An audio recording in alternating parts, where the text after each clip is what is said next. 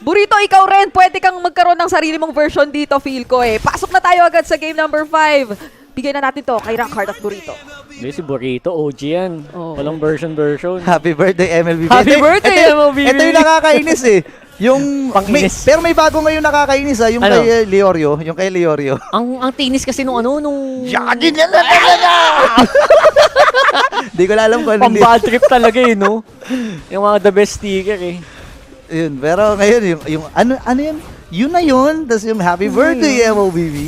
Hindi ko nga alam kung nakakainis dun sa Happy Birthday MLBB. Pero, Ang saya kasi niya pakinggan, pre. oo, Masaya kasi. ang haba kasi tsaka ang lakas ng boses. Boses niya kay Op. Level 4 na rin si Fabian dito, Hindi siya napigilan. Hindi. Ngayon lang siya hindi naawat na mag-level 4, Good job, good job. Ang ganda na ng naging adjustment dito ng Team Liquid ID and Onyx Esports.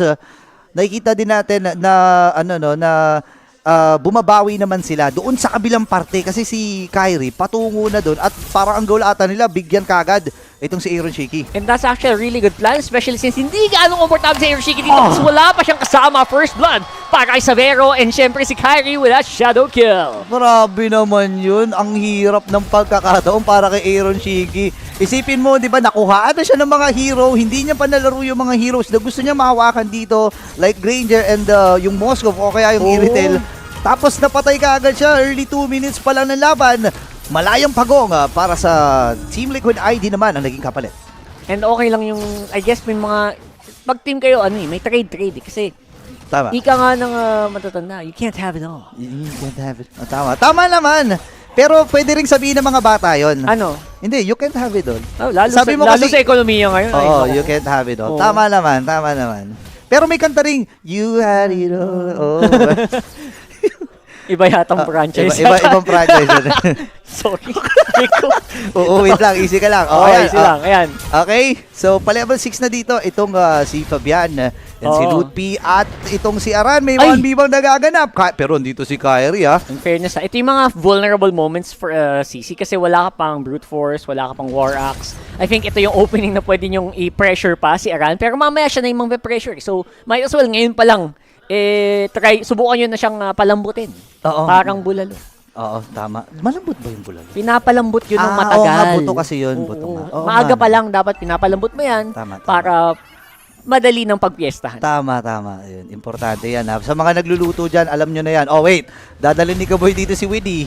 Ngayon ay 46 seconds pa naman para sa ikalawang pagong ng laban. Oo. Pero nakikita natin may mga bahagyang pagpapakita ng gilas dito ang Onyx Esports Team Liquid. Nako, may replay sa taas, Borit. May replay. Eto na. Naghahanda na. Eto na ata. Round 2 ata din si Kyrie Ay, at si Aaron Chiki. Chiki, hindi nagpapatinag, boss. Oo. Taka. Hindi nagpapasindak ha. Andun yung focus from Sans. Yan si Kiel ay nandun din. Pero kulang kasi sila sa range eh. Medyo kulang nga sa range. Naiipitan sila sa range dito. Widdy versus Kyrie. Nakikipagsabayan. Pero doon yung implosion. Nagamit na rin kagad yung turn guard. Pasok si Kyrie dito. Nakuha niya with the retribution. Andun si Widdy para mag-follow up. Kaya lang ang problema ay bidin pa rin sa mga damage. Wala nagkamatayan doon. Nangawit lang ang mga daliri. And Turtle ay available na rin para sa magkabilang Sobrang tama mo doon, Burrito. Kasi as much as merong pangalawang buhay, may Netherren, makunat si Gatot, makunat si Aran dun sa kanyang CC, ay yung damage nila, halos nakarely lang kay Aaron Shiki at kay Fabian. May beaten pa. Okay, kalahati yung buhay ng pagong. Savero ay nakasilid din si Kyrie. Nag-aabang na kanyang shadow! At nakuha ni Aaron Shiki yung pagong na iyon. Gigame ba na ata dito ang Team Liquid? Naagaw at nakuha yung green camps doon. Masaya na ang Team Liquid sa mga nakuha nila. Ito yung game plan kanina pa diba ng TLID. Slowly but surely, paisa-isa lang. Hindi natin kailangan maging flashy, hindi kailangang savage, hindi kailangang maniac. One at a time, Easy lang. get the objectives, tapos mamba out. Oo nga pala, no, yung games 2 and 3 na nilaro dito ng Team Liquid ID, ganun yung naging game plan nila. Exactly. Di ba? That's the plan. Inisihan lang nila the simplest plan na maiisip dito. Kasi simple plan eh. Simple. Isisingit ko sana pero ang pangit eh. So, Tama yun. nakwento lang din yung simple plan. Narinig ko lang yun sa Narinig lang din. Spotify ko. Okay. So, okay. Naririnig ng Team Liquid ID na may mga nagtatago diyan sa right and left mid bush pala. Okay, nagkita na si Kiboy at si Widdy. LBM. LBM, Left para mas bush madali, para mas madali. Yung mga... Ang Tama ba yun, coach? Ang baba ng kill score dito, pre, Game 5 to, Game 5 to. Ang baba ng kill score, Oo nga, ang bagal din. Ang bagal ng progression nung mga pag-invade nila. Parang dahan-dahan, nagpapakiramdaman. Para silang nag-aabang ng gagawa ng error. Oo nga. Kasi Game 5 to, men, do or die. And mostly, ganun talaga yung nagaganap, no, kapag mga teams. Bukod sa mga PH team, syempre. Pero, Kaya baka umabot tayo dito ng 25 minutes. Wag na kayo magulat. oo. Yun. So, ngayon, 6 minutes. Mahaba pa ang panahon para sa ikatlong pagong ng laban. Pwede pa magkaroon ng team fight dito sa may top lane. May niluluto ang Team Liquid ID. Kyrie, level 9 na nga. At level 10 para dito kay Fabian. So medyo may gap para dito kay Kyrie. Ngayon, pagong ay nakapwesto na rin ang Team Liquid Indonesia. Habang tuloy-tuloy lang si Kyrie nagpa-farm. Oh. And lahat sila ay nag-aantay sa tamang panahon. Tama, may tamang Na panahon number 1 talaga. ngayon sa ating streaming platform. Tama. Grabe yung singit mo. Grabe naman yun. Oy! Ayan na. Naku po. Malalim to! Niyuyuyuyo itong si Aran. Oh! Ay, habang ng talo na abutan doon. Habang sinunod kailangan matras. Nagamit na rin kagad yung turn of car. Kyrie. Doing Kyrie things. Doon sa may bandang itaas. Iti-trade na nila tong pagong. Kasi nga naman, yung Torre dun sa itaas ay hindi na nga muling tutubo pa. Kailangan may ganti. May ganti. Oo, may konting ganti man lang sa gold para hindi naman gano'n laki ang kanilang lamang. And 1K lang ang lamang ng TLID dito, Burrito. Oo, yun nga, napanghahawakan nila yung maliit na lead na ito. Ezekiel, may plano, 5 to 5v5 suntukan kagad para sa Team Liquid ID at Onyx Esports. Gamit na kagad dito Natulak! yung electrifying beats. Kiboy na patras. Papasok ba uli si Kyrie? Wala na siyang shadow kill dito. Nagamit at napindot yung Netherrealm. Magandang action mula dito sa Team Liquid ID, pero kitang-kita natin na kontrolado ng Team Liquid yung mga team fights. Buhay na bahay si Fabian, pero will that happen for long? Good assist mula dito kay Aran. Dumikit para mahati yung damage ng shadow kill. Pinagsalu-saluhan, and yun yung medyo mahirap, no, para kay Kyrie. And ito yung sinasabi ko kanina, kapag laban ng Joy at saka ng isang Hayabusa, walang way yung Joy para umatras doon sa shadow kill. Kasi kahit mag-electrifying beat siya, wala naman siyang tatamaan yung shadow lang. Tunay. Depende na lang kung merong mga minions na kakabitan, di ba? Importante kasi yun eh. Kasi like, first of all, yung sharing ng damage output. Tsaka yung timing kasi, ang alam mo, pinakamahirap sa Joy, yung timing mo pag kung kailangan mag-electrifying beats na. So you have to kind of just keep forcing it over and over again. And I think, itong sila Kyrie, they're doing a good job. Ang maganda sa ginagawa nila Kyrie, ini-split nila Oo. yung atensyon dito ng TLID. Kaya hindi sila totally makafocus dun sa team fight. Ginagalawan ng mga plano, and yun yung plano ng ni Kyrie dito ng The Kyrie simple tuloy. plan. The Oo. simple plan, no, para dito sa Onyx Esports. Hindi kasi sila pwedeng lumaban ng 5v5 suntukan dito kasi masasayang eh. Lugi ka talaga. May Netherrealm na kaakibat dito si Ezekiel. Tapos dalawang Purify pa para dito kay Aaron Sheik at Ezekiel. Think of it, yung only way naman nanalo sila sa diretsong 5v5, pag na-bait ng maaga yung Netherrealm. Yun lang. Oo nga, mapop kagad, no? Oo. Or mabasag kagad yung Netherrealm. Kaya lang kasi dito sa lineup ng Onyx Esports, wala namang mabilis na babasag yan eh. As compared sa mga Farsa, Totoo. yung mga nuke damage, di ba? EG baka. Si EG pwede. Si EG Boy pwede. Pero kasi continuous din yung damage ng EG boy. Ay, So, yeah. ngayon, Lord, ay ang bagal talaga nito. Parang naninibago nga ako kasi parang hindi Game 5 yung pinapanood natin, pre. Ano? Parang hindi, wala. Basta, ang bagal lang. Mabagal lang talaga. Basta ML naman. Oh, wait lang. Ay. Nagsisimula na ngayon si Widdy. Medyo agresibo yung gatot niya. Talon ng talon. Jump brother, sabi nga. Pero there comes the good seal. Okay, si Godzilla, naghahanap siya dito ng tatargetin. Nagamit na rin kagad yung Zaman Force. Okay na buhay. Napindot na yung Netherrealm. Ito yung sinasabi mo kanina. Nako, Rockart. ito na yata After yun. sa Guardian, huli yung mga bakterya doon. And ang Onyx Esports, pwede silang umatras muna at bumalik maya-maya kasi meron pa rin namang implosion si Kiboy. Oo, nagamit na yung dalawang skills nila sa 99.9% of germs. Ubus yung mga algae doon. Yung, Oo. tama ba yun? Tama. Lahat ng mga maliliit na microorganisms nandyan sa river Oo ay nga. naubos. Ubus sa mga tilapia. Oh, wait lang. Okay, si Kiboy, kalahati yung boy. Implosion, Oy! dalawa na huli na doon. Pero gamit na rin kagad yung ultimate. And this time, si Aran yung may ipit. Talon Mahati. lamang ito si Ludwig. Mamamatay si Aran. Will go down. Pasok din si Kyrie. Ito na. Yung pagpasok. Shadow kill. Nakaiwas siya doon. Pero wala ata siyang quad shadow. Ay, doon. Meron pa.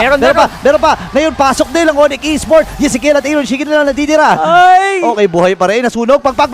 Okay, napagpag. Sabi kasi yung Burits eh, yung isang moment na wala silang Netherrealm, Oh my doon gosh. nakapasok at naka 5v5 team fight ang Onyx Esports. Very commendable. Ibang klase. Si Kiboy nga, sinakripisyo niya yung buhay niya doon. Ang baba na, para mga 20% yung buhay niya. Pagtapos nun, namatay din siya eventually, pero nagamit naman niya doon sa dalawang tamang tao. Implosion. Yung implosion, pre. Oo, perfect. Beautifully executed mula dito sa Onyx Esports. And I would say medyo nagulantang ang TLID. Hindi nila in-expect yata na mangyari yun. Gulat talaga ang Team Liquid dito. Akala nila lamang na sila eh. Pero kung magbabago yung sitwasyon na yun, kung sapat lang yung damage ng Team Liquid at na-takedown kagad din si Kiboy bago magamit yung implosion. And ngayon, Lord ay nasa may bandang itaas. Ready ang Onyx Esports na kumatok dito. Nalaro. Sabog na rin yung mga holy defense. Nako.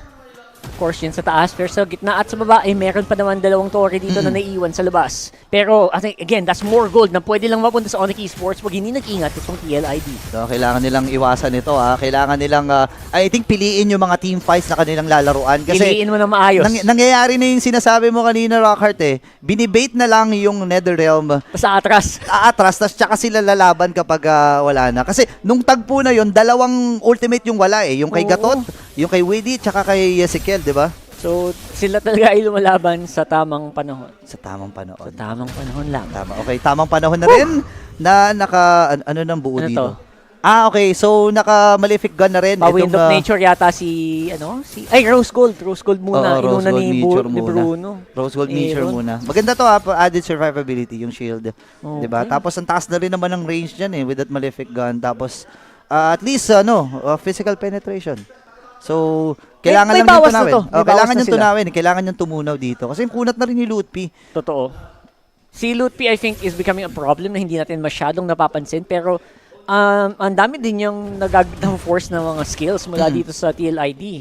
Specifically, yung electrifying beats, parang siya yung madalas nakaka-force eh. Oo. Forcing it, tas nataka siya. Oh, yun nga eh. Sa Tsaka, Infernal Pursuit. sa totoo lang, nakakainis kasi laban yung isang Povius. Kasi kailangan mo ng timing eh. Kapag tumalon siya, kailangan pagbaba niya, doon ka magbubuhos ng Oo. skill. Kasi tatalon uli yan, mag-invulnerable na naman uli yan eh. So, And technically pala, Burrito, wala silang hard na crowd control. Walang pang-hold sa isang Phobius, ha?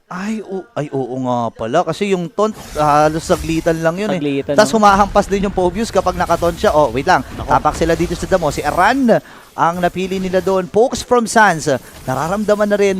Pero papasok ata dito si Kyrie ha. Nakita niya na Bumabadya. ng shadow.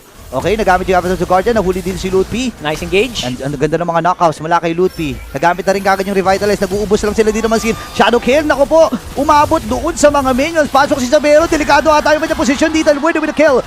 Papasok nga ba ang Onyx Esports? Kompleto pa ata ang mga miyembro dito ng Team Liquid Indonesia. Sa likuran naman, Fabian! Kyrie nakakuha ng kill. Lutpi versus Fabian. Pero nandun din si Sans. Widdy ay umatras.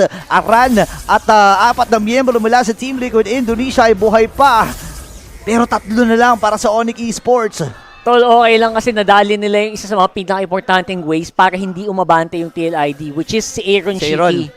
Pag nawala si Aaron Chiki, imagine mo, ang tagabawas mo lang yan technically si Fabian. Oo. Kaya hindi sila pwedeng lumaban. Kaya itong Aaron Onyx Esports, pupwesto pa rin. Oh, tas may bitin din sila sa physical damage, 'di ba? Kasi puro magic na natira bukod kay Aran kasi physical naman 'yan. So, Yun, makakatating pa si Sabero sa laban. abot pa.